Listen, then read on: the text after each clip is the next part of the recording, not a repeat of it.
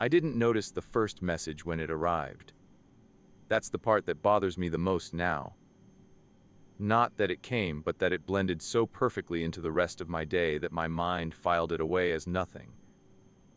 No alarm went off. No instinct warned me. It waited patiently, like it knew I wouldn't ignore it forever. I work nights monitoring system logs for a regional data center. It's boring, quiet work, mostly automated alerts, routine checks, the occasional server hiccup.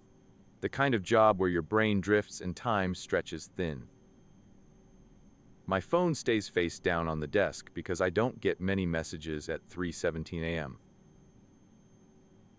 When I finally picked it up during a lull, there was a notification waiting. Did you hear that? No punctuation beyond the question mark. No context. I checked the timestamp.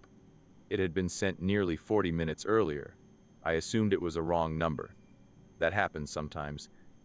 I deleted it and went back to the console, barely thinking about it. 5 minutes later, the air conditioner in the server room shut off. The silence was immediate and wrong. The steady hum that had filled the space vanished, leaving my ears ringing with the absence of sound. I looked up the vents, then at the temperature readouts on my monitor. Everything still showed green. Then my phone vibrated again. I stared at the screen longer this time. The timing felt too close to be coincidence. But coincidence is always the easier explanation. I typed back before I could overthink it. Who is this? My chest tightened just slightly. I stood and listened. The server room was still quiet, but underneath that quiet was something else. A faint, irregular sound. Not mechanical. Not rhythmic. More like a soft pressure change, as if the room itself were breathing unevenly. Then the air conditioner kicked back on. The hum returned. The pressure lifted. My phone buzzed. There it is again. I didn't respond. I powered my phone off and slid it into my pocket. I told myself that someone was messing with me, maybe spoofing numbers, maybe guessing. The building had dozens of employees, most of them with access to the schedule. It wasn't impossible. Still, I finished my shift early. I made an excuse about a migraine and left before dawn. At home, I slept poorly. I kept waking to small sounds, pipes clicking, the refrigerator cycling, the wind brushing the window. Each time, my heart raced as if I were missing something important, something just out of range. When I woke for good, my phone was back on. 2 missed messages. You didn't hear it the first time. Now you did. You hear it more when you're tired. That's why nights are better. I blocked the number. For a few hours, things felt normal again. I made coffee, watched the news, tried to convince myself that the tension in my shoulders would fade if I ignored it long enough. Then my email pinged.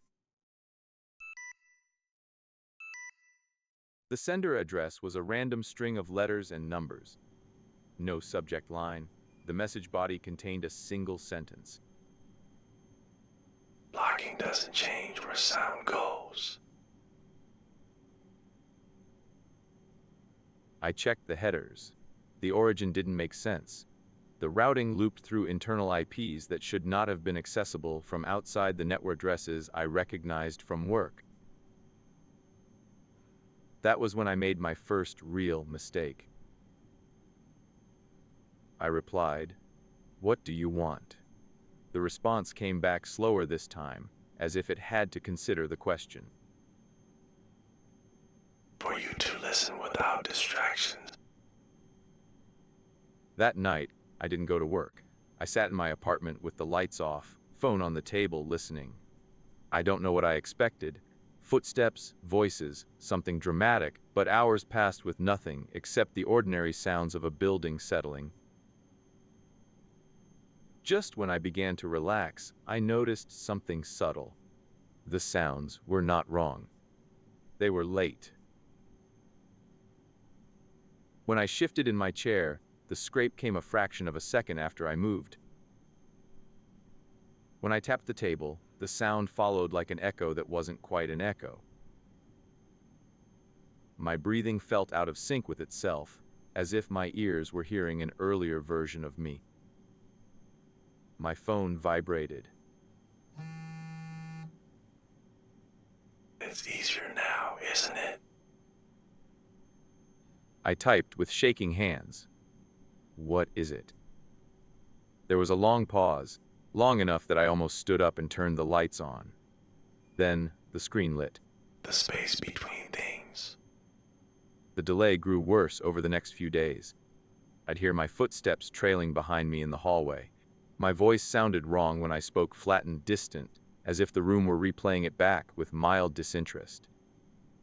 Music became unbearable. Notes overlapped, smearing into each other until I couldn't tell where one ended and the next began. I stopped answering messages. I stopped opening emails. That didn't stop them. I tried recording audio, thinking maybe stress had finally cracked something in my brain. The recordings played back perfectly. No delay, no distortion, just normal sound. But when I listened live, it was wrong again.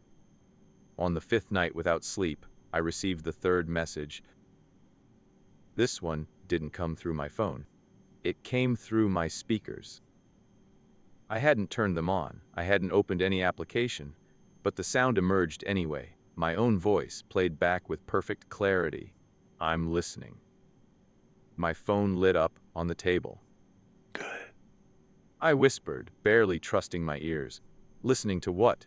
Everything snapped back into sync so suddenly it made me dizzy. My heartbeat matched my pulse. My breath sounded like it belonged to me again.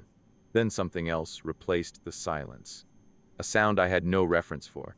Not loud, not quiet, just present, like pressure behind the ears, like the sense of standing too close to something massive without being able to see it. My phone vibrated one last time. You hear it now because it knows where you are. I didn't sleep after that. I sit with noise playing constantly: TV, radio, white noise apps, anything to fill the space. It helps a little. But sometimes, late at night, when everything overlaps just right, I notice the delay creeping back in. A breath that arrives too late. A floorboard that remembers being stepped on after I've moved past it. And underneath it all, waiting patiently, the space between sounds feels wider than it used to be, as if it's learning how to listen back.